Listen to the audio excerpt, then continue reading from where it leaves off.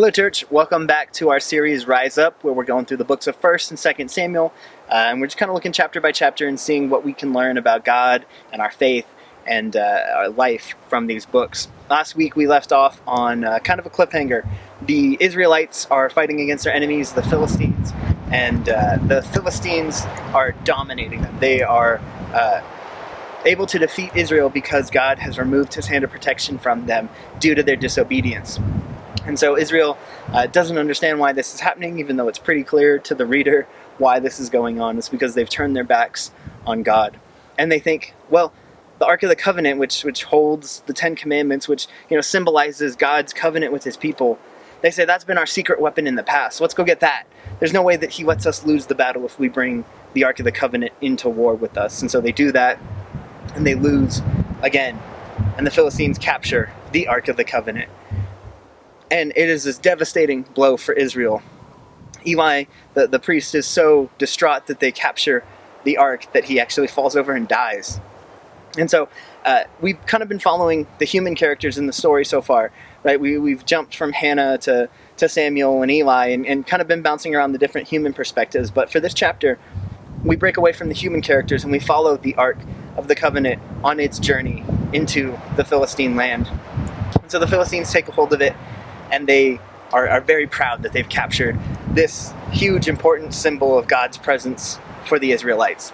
And so they think, okay, this God is pretty powerful. He's beaten us in the past. We know that he's mighty, and so how can we use him to our advantage? And so they stick his Ark of the Covenant into the temple of Dagon. Dagon was one of these regional idols, one of these false gods that the people around Israel worship. They would make idols of him and sacrifice to him, and he is depicted as a fish god. He's kind of like a merman is what he looks like typically in their idols and stuff. And he was the god of agriculture and fertility. He was like a chief among their gods, and this is actually the same god that Samson in Judges, when he's being paraded around a festival and he tears down the pillars and he kills a bunch of the Philistines. It's in one of Dagon's temples, one of his celebrations. And so this is kind of them saying, okay, well, the God of Israel is very powerful. He's not as powerful as our God, so we're going to put him in the same temple, and maybe, he can be the sidekick to Dagon. As you can imagine, God doesn't like this. So this is what happens. This is 1 Samuel 5, verse 3. And when the people of Ashdod, this is the Philistine city, rose early the next day, behold, Dagon had fallen face down on the ground before the ark of the Lord. So they took Dagon and put him back in his place. But when they rose early on the next morning, behold, Dagon had fallen face downward on the ground before the ark of the Lord. And the head of Dagon and both his hands were lying cut off on the threshold. Only the trunk of Dagon was left to him. This is why the priests of Dagon and all who enter the house of Dagon do not tread on the threshold of Dagon in Ashdod to this day. Now, I love picturing this scene because this is scary. Imagine that you are one of these people and this is your church, this is your temple where you worship, and you show up and the first day, the idol to the God who you think is the most powerful being in the universe is laying face down, falling on his face, worshiping the Ark of the Lord. You think, maybe that's a coincidence, but that's pretty weird. And so they fix it, they come back the next morning, and God says, oh, you're not getting the message? Okay. Try to explain this as a coincidence. And the head and the hands are cut off of the statue, and they're placed on the threshold of the door. As if God is saying, get out of here. You don't even belong in the same room as me.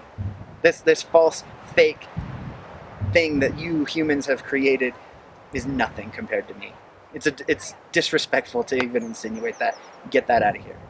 And this influences and impacts the people of Philistine so much that they don't even, to this day, step on the threshold. Every time they walk into their place of worship, they go, yeah, remember that one time when the God of Israel murdered our God?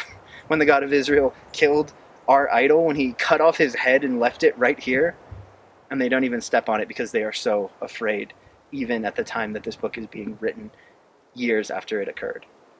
And so what happens is this keeps going on. God is not happy that his ark is not in Israel. And so every time that it is placed somewhere, the people of that city suffer until they say, we got to get this out of here.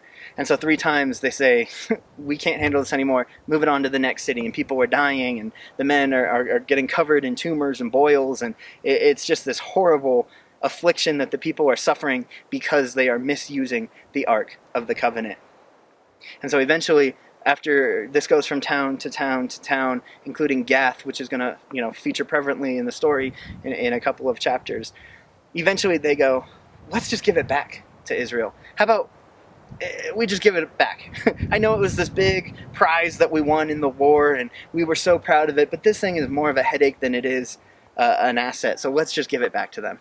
And so they decide to give it back, and they send it on they put it on a cart, and they send a couple livestock, and they ship it back to Israel. And even on the way out, they're like, well, maybe it could be a coincidence. If it goes this way, we'll know it's a coincidence. If it goes that way, we'll know it's God. And of course it goes that way, and they go, oh dang.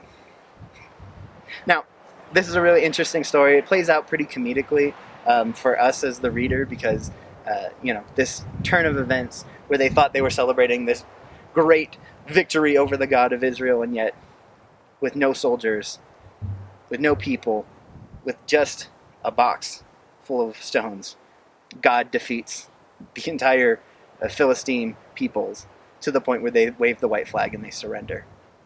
And I think this chapter's inclusion in the story is very important, because this last chapter looks like a defeat for God and the Ark. It looks like God failed. It looks like the Philistines are more powerful. But they're not.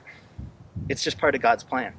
God had the authority to let the Israelites win the war if he wanted to, but because of their disobedience, he's trying to prove a point to them.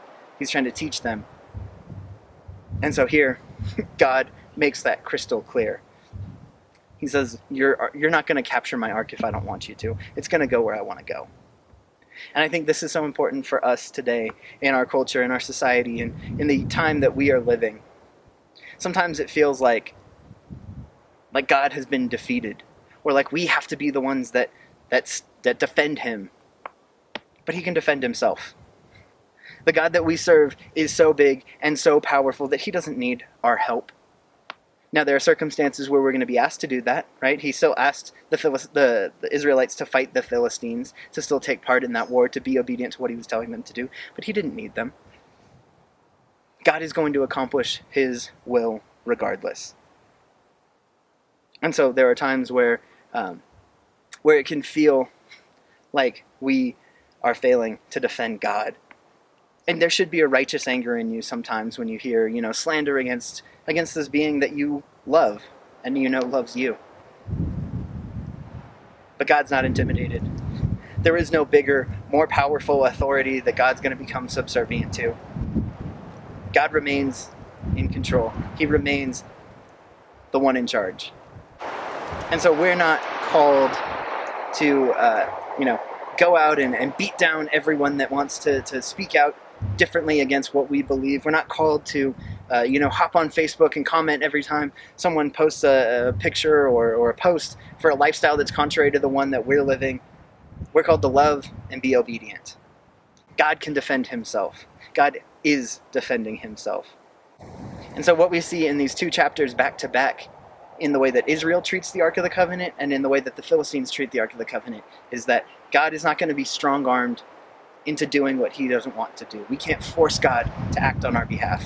We can't force God to do what we want him to do. But on the other hand, neither can anybody else. God is still in control.